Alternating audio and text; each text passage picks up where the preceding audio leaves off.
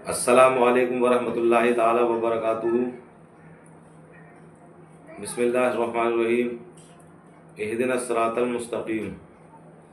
मेरे भाइयों, मेरे दोस्तों, कुरान पाक की जिस आयत करीमा की तिलावत का शर्फ हासिल किया। अल्लाह ताला कुरान पाक में इरशाद फरमाता है कि बंदे को चाहिए कि अल्लाह से दुआ करे कि अल्लाह ताला हमें सीधा रास्ता चला। इसी आयत के तहत आप हजरात के सामने में थोड़ी देर बात करूँगा। आप हजरात बगौर मुलाहिज़ा फरमाइए। और अभी मैं आपको एक वीडियो दिखाऊंगा, उस वीडियो के आधार पर आपसे बात करूंगा।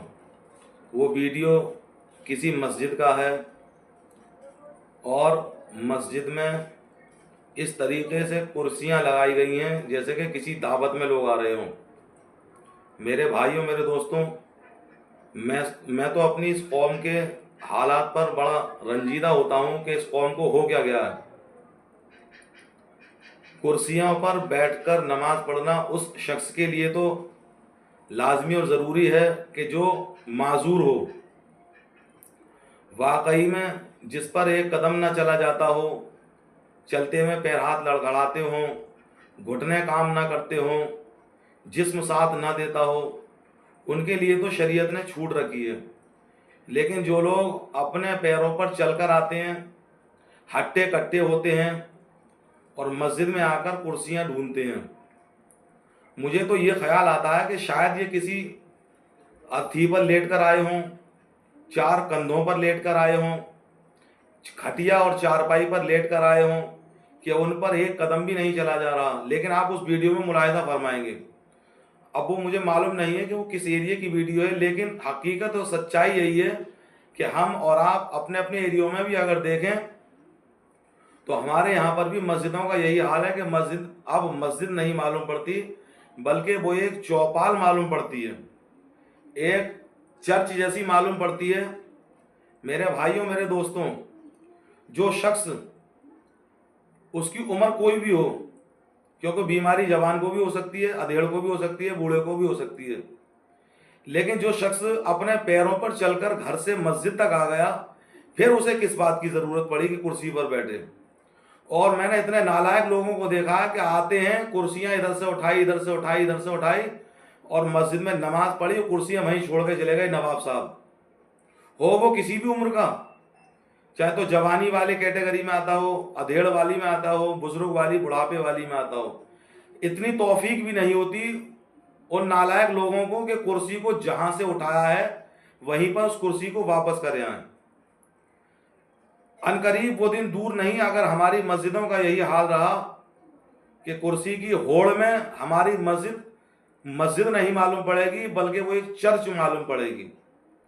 मैं अपने उन सभी भाइयों से कहना चाहता हूं कि होश के नाखून लो और तुम अपने दिल पर हाथ रखकर सोचो कि तुम जब कोई अपना काम करने जाते हो, तिजारत करने जाते हो, दुकान पर जाते हो, तो क्या कुर्सी तुम्हारे हमेशा साथ चलती है, तुम्हारी जेब में रखी हुई? वहां पर तुम्हें कुर्सी की जरूरत नहीं पड़ेगी, लेकिन मस्जिद में जाओगे वहां पर तुम्हें कुर्सी की जरूरत पड़ेगी। इसी तरीके से एक छोटी सी बात कहकर अपनी बात को खत्म करूंगा और वो वीडियो दिखाऊंगा कि आप इसी हालत में जब मस्जिद में जाते हैं तो आपको कुर्सी चाहिए, आप इतने कमजोर हैं, आप इतने लाचार और माजूर हैं, लेकिन अगर आपके शहर का कोई अधिकारी आपको बुला ले और आप उसके दरबार में हाजिर हों तो उस वक्त आपकी सिट्टी बिट्टी गायब हो जाएगी। उस वक्त आपको किसी कुर्सी की जरूरत नहीं पड़ेगी। अगर सामने से ये जवाब ना आए कि बैठिए, तो आप खड़े रहोगे, क्यों, भले ही आपको 10 मिनट, 15 मिनट, आधा घंटा, 1 घंटा क्यों ना खड़ा होना पड़े। तो उस वक्त आपकी थकान, टूटन, आपके पैरों का कमजोर होना, आपके जिस्म का मजबूर, लाचार और मोहताज होना उस वक्त कहाँ चला जाता है। मेरे भाइयों, मेरे दोस्तों, ये दुनिया के हाकिम हैं, इनके सामने आप उनकी इजाजत के बगैर कुर्सी पर नहीं बैठ सकते, तो जो पूरी कायनात का अहकमुल हाकिमीन है उसके दरबार में आपको कुर्सी की जरूरत क्यों पड़ती है। बस अल्लाह ताला से दुआ है कि जैसे मैंने कुरान पाक की आयत पढ़ी कि अल्लाह ताला हमें सीधा रास्ता चला, हमारे उन मुसलमान भाइयों को भी सीधा रास्ता चला जो वो अपने पैरों पर चलकर घर से मस्जिद तक आते हैं और उन्हें मस्जिद में आकर कुर्सी की ज़रूरत पड़ती है। अल्लाह ताला उन सबों को, मुझे भी, सबको हिदायत दे। अस्सलामु अलैकुम वरहमतुल्लाहि ताला व बरकातुहू।